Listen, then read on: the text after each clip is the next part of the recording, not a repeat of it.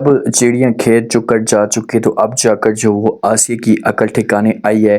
लेकिन अब अगर शोर मचाती भी है, तमाशा खड़ा करती भी है तो कुछ भी इसके हाथ में नहीं आएगा, क्योंकि वसीम और ज़रियोन सब कुछ अपनी मुट्ठी में काट चुके हैं। अरमान बेचारा राह को समझाने की कोशिश करता है, मिन्नतें तरले कर रहा है कि किसी तरीके से समझा पाऊँ, लेकिन आगे से राह जो होती है इसके दिल में नफरत आ चुकी है। आने वाले साथ में आसिया परेशान रहना शुरू कर देती है। साथ में जो अदील भी बैठा होता है, दोनों लान के अंदर मौजूद होते हैं।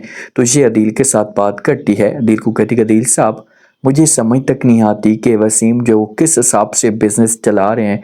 उन्होंने सारा का सारा जो घर है वो गिरवी रखवा दिया है।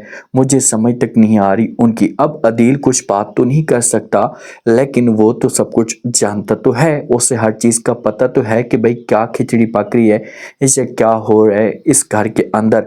वो इशारों इशारों में समझ जाएगा और जब भी वो वसीम को देखेगा तो इसे गुस्सा तो आएगा। लेकिन अब आसिया ने गलती इतनी बड़ी कर दी है कि पूरा बिजनेस उनके हवाले कर दिया और ये घर भी अब गिरवी रखवा दिया। तो मेरे ख्याल में बहुत जल्दी आसिया वालों को वसीम जो इस घर से हमेशा के लिए किक मार देगा, इसे निकाल देगा कि भाई आप लोग अपना मंजी बेशक गोल करो, जहाँ पर आप लोगों का रहने का कोई भी तुक नहीं बनता, ऐसे आप लोग यहाँ पर नहीं रह सकते। तो बहुत ज़्यादा परेशान होगी आसिया।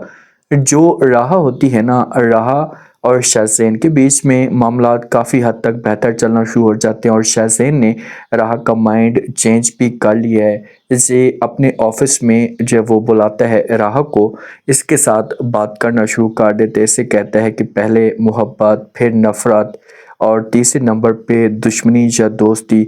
तो आप मेरी अच्छी दोस्त तो बन सकती है ना, अगर कुछ और नहीं तो। ये बातें जब राह सुनेगी तो राह यहाँ पर कंफ्यूज हो जाएगी, परेशान हो जाएगी, क्योंकि राह जो है ना अब इस मामलात को हमेशा के लिए दबाना चाहती है। क्योंकि इसके साथ मोहब्बत इसने की थी, धोखा मिला, दोस्ती भी की, फिर भी धोखा मिला। तो इसी वजह से अपने आप को जब वो दूर करने की कोशिश करेगी, लेकिन शहज़ैन जो होगा इसे मजबूर करेगा कि आपने इस बारे में सोचना ज़रूर है और मुझे जवाब भी देना है। ज़रियोन जो होता है ये बतूल से जान छुड़वाना चाहता है, तरह तरह के बहाने ढूंढ रहा है कि भाई मुझे कोई ना कोई बहाना मिल जाए और मैं हमेशा के लिए जो वो इसे किक मार दूं।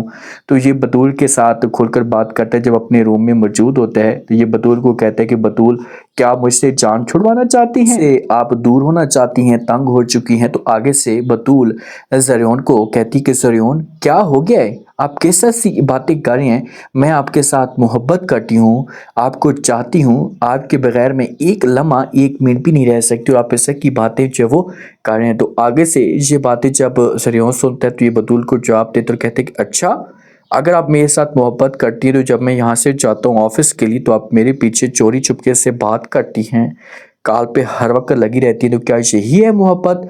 तो ये बातें बतूल सुनती तो बतूल जो है वो नज़रों को चुराने की कोशिश करती है, क्योंकि बतूल को शक है ज़रियोन के ऊपर, बल्कि यकीन हो चुका है कि ये बंदा फ्रॉडी है। तो इसी वजह से वो बेचारी कोशिशें कर रही है कि सारी डिटेल ले सकूं, पता कर सकूं कि भाई मामला क्या है और मेरे साथ ऐसा क्यों करे।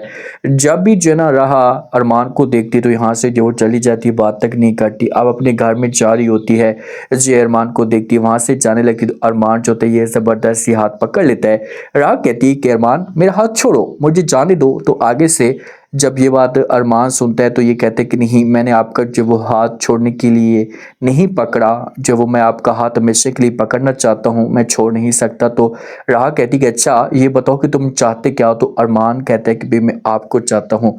अरमान मोहब्बत तो करता है, बहुत चाहता है राह को, लेकिन अब राह के साथ जो ज्यादतियाँ या जो राह को तकलीफ़ें दी गई हैं तो उसके बाद राह के दिल में मुकम्मल तौर पर नफरत पैदा हो चुकी है। तो इसी वजह से ये बात नहीं करना चाहती। अब क्या होगा बतूल और आसिया का इंजाम, क्या बीच में अरमान कुछ न कुछ रोल अदा कर पाएगा।